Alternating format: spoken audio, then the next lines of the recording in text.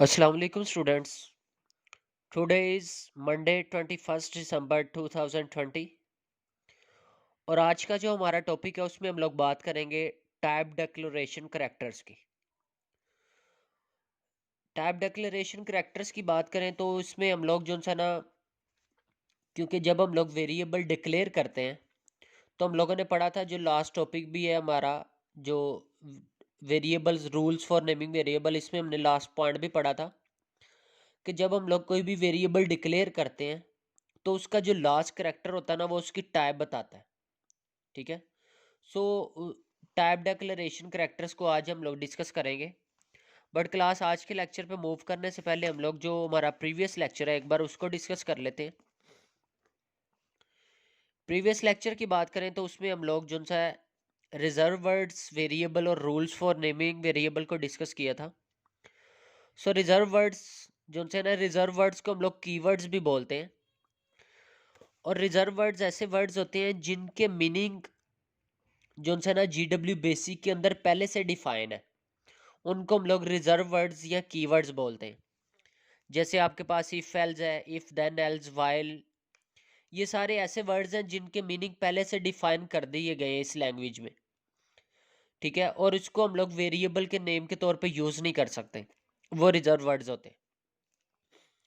और वेरिएबल्स क्या होते हैं? वेरिएबल्स हम लोग बोलते हैं मेमोरी लोकेशंस होती हैं, क्योंकि जब हम लोग कोई भी डाटा स्टोर करते हैं तो उसके लिए हमें कोई ना कोई वेरिएबल रिक्वायर्ड होता है, ताकि वो क्या हो, वो मेमोरी के अंदर स्टोर हो सके, उसको मेमोरी में स्पेस एलोकेट हो सके।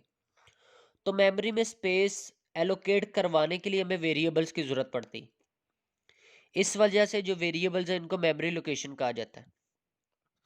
इसके अलावा जो डाटा को, जो सा ना आपने डाटा को जैसे ऐड करना है, सब्ट्रैक्ट करना है, या और कंप्यूटेशनल कंप्यूटेशनल रिजल्ट्स वगैरह या इंस्ट्रक्शन परफॉर्म करने के लिए भी हमें वेरिएबल्स की ज़रूरत पड़ती। इसके अलावा रूल्स हम लोगों ने पढ़े थे। फर्स्ट रूल हम लोगों ने पढ़ा था कि जो वेरिएबल का नेम है ये 40 करैक्टर से अबव नहीं होना चाहिए। जो हम लोग वेरिएबल डिक्लेयर करते हैं 40 करैक्टर से अबव नहीं होना चाहिए। और वेरिएबल का जो नेम है उसमें अल्फ़ाबेट्स भी यूज़ हो सकते हैं, नंबर्स भी यूज़ हो सकते हैं, डेसिमल पॉइंट्स वगैरह भी यूज़ हो सकते हैं। बट जो वेरिएबल के नेम का फर्स्ट करैक्टर है ना, वो हमेशा अल्फ़ाबेट ही होना चाहिए। First character in the variable name must be an alphabet. इसके अलावा जो रिजर्व वर्ड्स हैं, रिजर्व वर्ड्स को वेरिएबल के नेम के तौर पे यूज नहीं कर सकते। Blank spaces are not allowed, variables के नेम के दरमियान में ब्लैंक स्पेस अलाउ नहीं है। और ये जो पॉइंट है ना, यही हमारा आज का टॉपिक भी है। The last character of variable name may be a special type of declaration character. किसी भी वेरिएबल के नेम का जो लास्ट करैक्टर है ना, वो डेक्लरेशन करैक्टर जो है ना स्पेशल टाइप का होता है, जिससे वेरिएबल की टाइप टाइप डिक्लेयर की जाती है। सो हम लोग मूव करते हैं अपने आज के लेक्चर पे। सो टाइप डिक्लेरेशन करैक्टर, इसमें देखें सबसे पहले आपके पास आता है डॉलर साइन।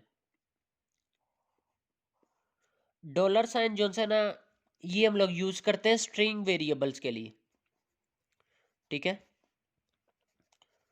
स्ट्रिंग वेरिएबल्स कौन से होते हैं? जिसमें आपके पास नंबर्स भी आ सकते हैं, करैक्टर्स भी आ सकते हैं, स्पेशल सिंबल्स भी आ सकते हैं।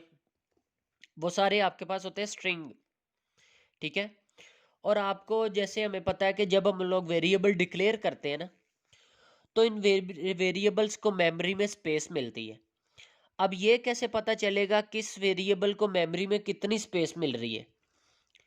तो ये जो वेरिएबल को मेमोरी में जो स्पेस मिलती है ना, ये भी इसके टाइप से पता चल रहा होता है कि इसको मेमोरी में कितनी स्पेस चाहिए। ठीक है। जैसे यहाँ पे जो डॉलर साइन है, स्ट्रिंग वेरिएबल है। स्ट्रिंग वेरिएबल को जो मेमोरी चाहिए होती है ना, वो स्ट्रिंग की लेंथ के लिहाज से होती है। मतलब जैसे जैसे इसकी लेंथ बढ़ती जाएगी वैसे वैसे इसको मेमोरी में स्पेस मिलती जाएगी।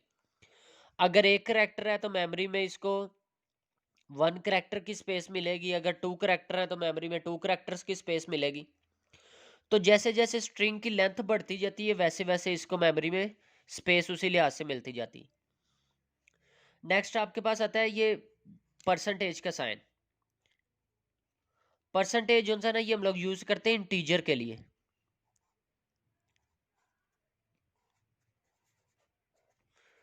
इसको इंटीजर के लिए यूज करते हैं, और इसको जो मेमोरी में स्पेस मिलती है ना वो मिलती है 2 बाइट्स की।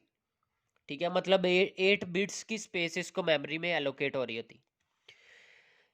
तो जब भी हम लोग इंटीजर टाइप रखेंगे कोई भी वेरिएबल है, तो लास्ट में आपको उसके परसेंटेज का साइन लगाना पड़ेगा। जैसे हम लोगों ने ये लिखना है जी a = 5। अब ये इंटीजर टाइप की वैल्यू है ना, तो अगर आपने इसको इंटीजर टाइप रखना है तो लास्ट में ये परसेंटेज का साइन लगाना पड़ेगा।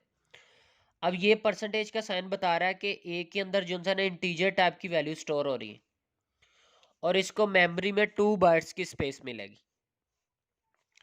इसके बाद आपके पास आता है एक्सक्लेमेटरी साइन। इसको हम लोग यूज करते हैं सिंगल प्रिसीजन के लिए। ठीक है, सिंगल प्रिसीजन, और इसको मेमोरी में मिलती है 4 बाइट्स की स्पेस, मतलब 32 बिट्स की स्पेस मेमोरी में मिल रही होती। सिंगल प्रिसीजन जो है ना ये आपके पास जो है ना नॉर्मली हम लोग पॉइंट्स वगैरह में जब वैल्यू स्टोर करवानी होती है तो उसके लिए यूज करते हैं। क्योंकि इंटीजर जो सा होता है ना, इंटीजर आपको पता है इसमें पॉइंट्स में जो वैल्यूज है ना उनको ये सपोर्ट नहीं करता। तो पॉइंट में अगर वैल्यू चाहिए स्टोर करवाना है तो उसके लिए सिंगल प्रिसीजन और डबल प्रिसीजन दोनों यूज हो सकते हैं।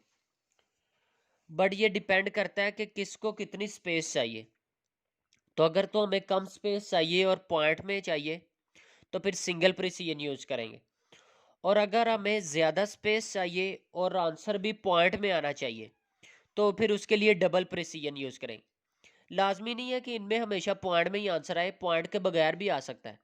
बट नॉर्मली क्या होता है, जब हमें पॉइंट्स में आंसर चाहिए होता है, पॉइंट्स में वैल्यू चाहिए होती है, स्टोर करवानी होती है, तो फिर हम लोग सिंगल प्रिसीजन या डबल प्रिसीजन यूज करते हैं। सो डबल प्रिसीजन जो है ना इसके लिए हैश साइन यूज होता है, हैश। और इसको जो मेमोरी में स्पेस मिलती है वो मिलती है 8 बाइट्स की। ठीक है, 32 बिट्स की, या 8 बाइट्स जिसको हम लोग बोलते हैं, सॉरी 64 बिट्स।